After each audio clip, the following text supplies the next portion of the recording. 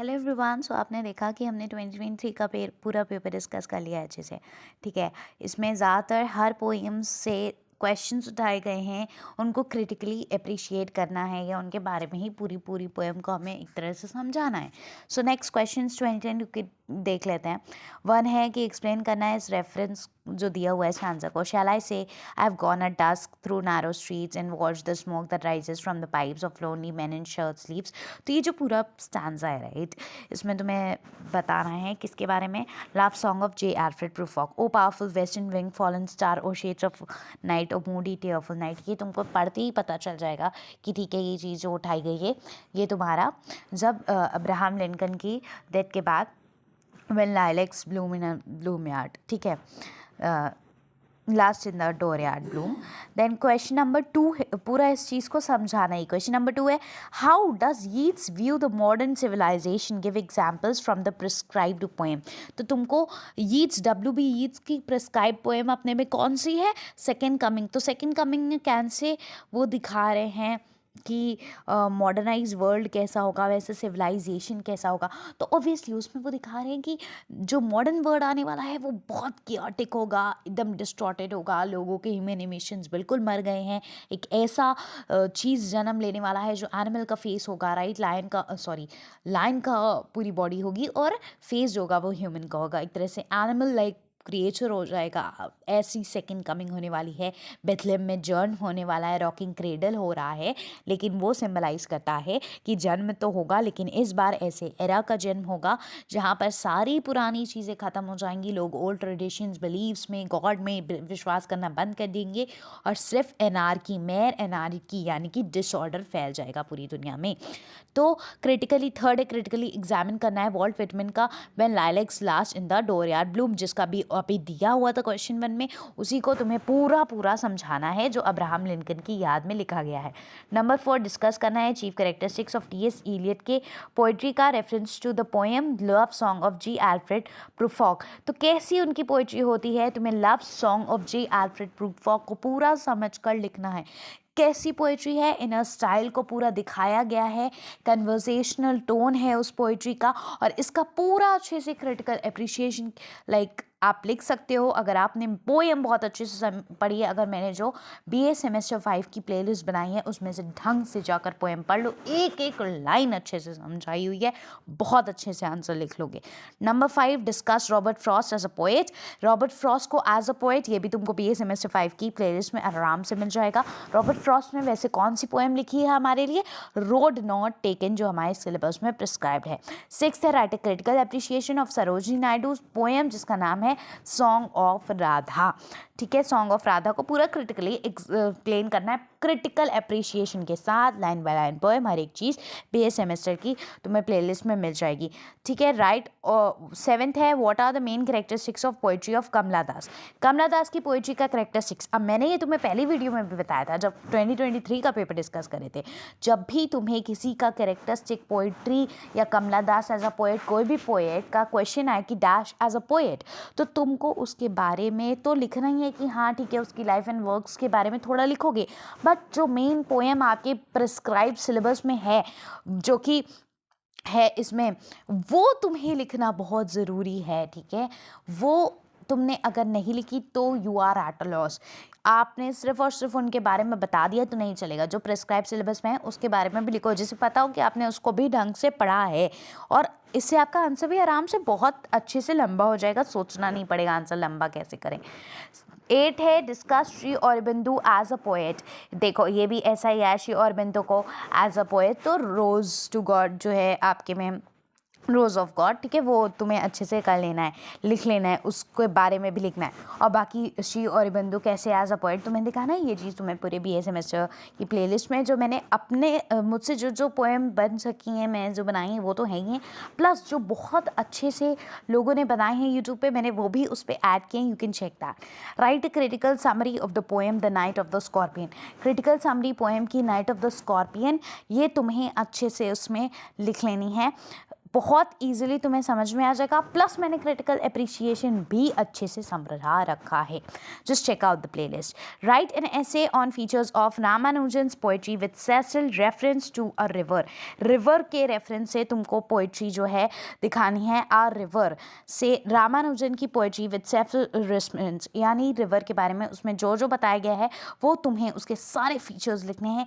कैसे वो बताते हैं कि जो आजकल के पोएट हैं वो सिर्फ फ्लड के बारे में लिखते हैं, जो कभी कदार होता है, बहुत पोइटिक सेंस में लिखते हैं, लेकिन रियलिटीज़ ऑफ लाइफ नहीं दिखाते हैं। फ्लड तो कभी कभी ही आता है, ज़्यादातर ड्राउट रहता है और लोगों को जो हार्श रियलिटीज़ फेस करनी पड़ती हैं वो नहीं दिखाते हैं। जैसे कि वो प्रेग्नेंट वुमेन तो दिखाते हैं कि ड्राउन हुई थी, लेकिन उसके साथ उसके पेट में जो ट्विंस थे, मे बी जो बच्चे थे उनको डेथ हुआ होगा जब वो ड्राउन हो रहे होंगे, लहर आई होगी तो उन्हें कितनी परेशानी होगी, वो कितना तलल बन रहे होंगे, परेशान हो रहे होंगे, वो चीज़ नहीं दिखाई है ढंग से।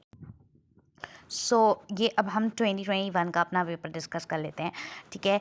Discuss and chief characteristics of W.B. Yeats, जिसमें poetry with reference to his poem second coming. Second coming के रेफरेंस से तुमको W.B. Yeats को पूरा बताना है।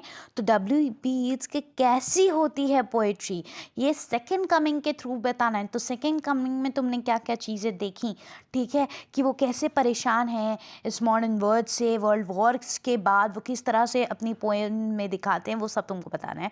उनके करेक्टरिस्टिक्स बताने हैं और W.B. Yeats की बायोग्राफी भी तुम्हें मिल जाएगी। प्लस सेकेंड कमिंग ढंग से तुमको मिल जाएगा BA सेमेस्टर 5 की प्लेलिस्ट में, जाकर ढंग से देख लो और बिल्कुल प्रिपेयर कर दो। Second question, T.S. इलियट का व्यू तुम्हें मॉडर्न लाइफ के बारे में बताना है।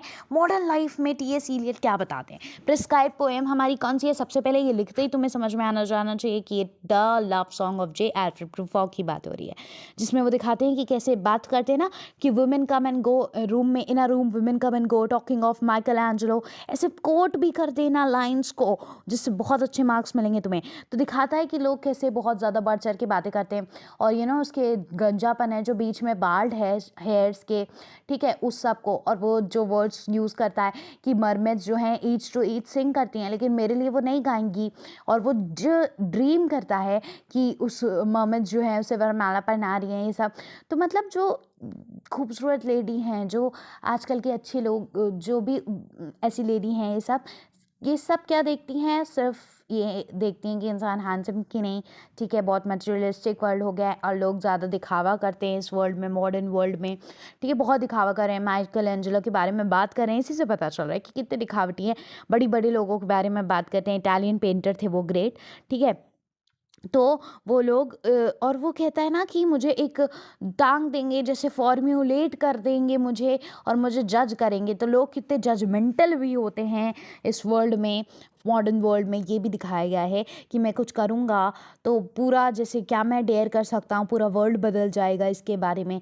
तो कितना टफ है उसके लिए ये चीज़ प्रपोज करना, ठीक है, अपने लव को प्रपोज करना। और ये इसीलिए क्योंकि लोग बहुत जजमेंटल हैं, लोग क्या कहेंगे, एंड बहुत ज़्यादा लोग अपने आप को शो ऑफ करते हैं इस मॉडर्न वर्ल्ड में। ये सब दिखाया गया है। थर्ड है, क्रिटिकली एग्जामिन करना है वॉल्ट व्हिटमैन की यूज़ ऑफ सिम्बल्स। जो भी सिम्बल्स का उन्होंने यूज़ किया है, वह लाइलैक क्लास इन द डोरयार्ड ब्लू, ये तुम्हें अच्छे से पोएम में पढ़ लेना है, जाकर देख लो BA सेम 5 के। Discuss the central idea of Robert Frost poem the road not taken. तो रोड नॉट टेकन भी मैंने बहुत अच्छे से रॉबर्ट फ्रॉस्ट में समझाई। उसका सेंट्रल आइडिया यही है कि हम अपने लाइफ में जो करियर पाथ चूज़ करते हैं, कभी कभी हमें डिफ़िकल्टी आती है, कभी लाइफ में हमें यूजुअली ऐसा होता है, हर इंसान को ये फेस करना पड़ता है कि आपको दो चीज़ों में से किसी एक पाथ को ही चूज़ करना पड़ता है। तो वही पाथ आगे जाकर डिसाइड करेगा आप जो फ्यूचर में होगे। तो उसको आप बहुत ध्यान से देखना चाहिए। और ये भी दिखाता है कि आप किसी भी पाथ को ढंग से देख लो, कुछ भी कर लो, लेकिन जो फ्यूचर होता है वो अनप्रिडिक्टेबल होता है, उसको आप प्रिडिक्ट पूरी तरह से नहीं कर सकते। आप जो कर सकते हो बस वो है कि उस पाथ को चूज़ करो और ढंग से मेहनत करो उस पर, क्योंकि वही आपका देन फ्यूचर डिसाइड करेगा। जैसे आप अभी ढंग से पढ़ोगे तो ऑब्वियसली आप फ्यूचर में बहुत अच्छा करोगे, लेकिन आपके पास दूसरी चॉइस भी है ना पढ़ने की। अगर नहीं अभी पढ़ोगे तो बाद में चल के आपका करियर ही सही नहीं होगा, ठीक है। And then of course the fifth question, that is describe Sarojini Naidu use of imagery in her poem song of Radha. Song of Radha में वो क्या क्या इमेजेस का यूज़ करते हैं, पूरी पोएम बहुत अच्छे से समझा रखी है क्रिटिकल एप्रिसिएशन के साथ। BA सेम 5 प्लेलिस्ट का नाम है, जाकर सर्च करो और अच्छे से पढ़ो। 6 है, discuss Sarojini Naidu features of poetry given examples from prescribe poems.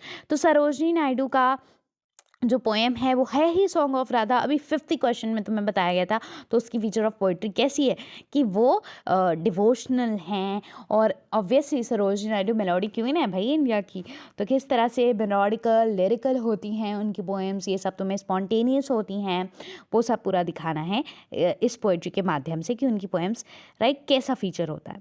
7th है highlight the theme of nostalgia. Nostalgia का होता है जब आप पास इवेंट्स को किसी को याद कर रहे होते हो, और यहाँ ये बहुत अच्छे से अपने पास्ट इवेंट को याद करिए, अपनी ग्रैंड मदर के डेथ के बाद उन्हें याद करें, मतलब ग्रैंड मदर तो गुजर चुकी हैं पहले ही, लेकिन वो उस लव को ढूंढ रही हैं अपनी प्रेजेंट लाइफ में जो नहीं है, उन्हें अपनी ग्रैंड मदर की बहुत याद आ रही है। चाइल्डहुड में जो उन्हें लव, जो रिस्पेक्ट, जो प्राइड मिलता था उनसे, वो आज तक अब उनकी मैरिड लाइफ में नहीं है। तो वो थीम ऑफ नॉस्टैल्जिया पूरा दिखता है कि वो उनके घर से भले ही डार्कनेस है, वहाँ साफ़ सफाई नहीं है, स्नेक लौट रहे हैं बुक्स में, लेकिन डार्कनेस ही है, वही उठा कर लाना चाहती हैं वो वहाँ से। वो भी इनके जीवन में बहुत खुशी भर देगा, और जितना उनकी ग्रैंड मदर उनको खुशी दे रही ना, उसका थोड़ा सा भी स्मॉल चेंज का भी मिल गया अभी ना, तो बहुत खुशी हो जाएगी उनके जीवन में। ये सब बताते हैं, ये सब लिखना है इसमें, ठीक है। 8th है describe Shri Aurobindo poetic style as depicted in his poems. Shri Aurobindo का क्या पोएटिक स्टाइल है, ये पूरी पोएम पढ़ोगे तुम, उसमें एक एक जो राइमिंग स्कीम है, जो क्या कहते हैं फिगर ऑफ स्पीचेस यूज़ हुई हैं, उनका क्या लैंग्वेज है, क्या स्टाइल है लिखने का, ये सब पढ़ लो ढंग से। 9th है discuss Nissim Ezekiel view on structural features in his poem night of scorpion. किस तरह से नाइट ऑफ स्कॉर्पियन में उन्होंने क्या क्या फीचर्स दिखाए गए हैं, लाइक कल्चर, वैल्यूज़, इस सब का, और किस तरह से राइमिंग स्कीम या क्या यूज़ किए, ये भी वही सब चीज़ है। क्रिटिकल अप्रिशिएशन के साथ पूरा नाइट ऑफ स्कॉर्पियन क्लियरली बताया हुआ है, जाकर देख लो line by line explanation. 10th है elucidate A.K. Ramanujan's poetic device with reference to prescribe poem. तो A.K. रामानुजन की जो प्रिस्क्राइब पोएम्स हैं तुम्हारी हो गई ओबीचरी और रिवर, ठीक है। ओबीचरी और रिवर को में क्या पोएटिक स्टाइल्स यूज़ हुई हैं, ठीक है। सिंपल है, बहुत ज़्यादा कॉम्प्लेक्स नहीं होती हैं, ठीक है। ये क्या क्या इमोशंस हैं सब कुछ, और पोएटिक स्टाइल्स कौन सी यूज़ हुई हैं, वो एक तरह से तो पूरा क्रिटिकल अप्रिशिएशन तुम्हें दिया हुआ है, वो देख लोगे तुम्हें पूरा समझ में आ जाएगा। तो अभी तक तुमने जो देखा 23, 22, 21, इन सब में हमें क्या दिख रहा है, इस सब में हमें यही दिख रहा है कि सारे पोएम से डिटेल्ड क्वेश्चंस आए हैं, मतलब पोएम को एक तरह से पूरा समझाना है, या किसी को एज अ पोएट बताना है, किसी पोएट को एज अ पोएट समझाना है हमें with reference to the prescribe poem.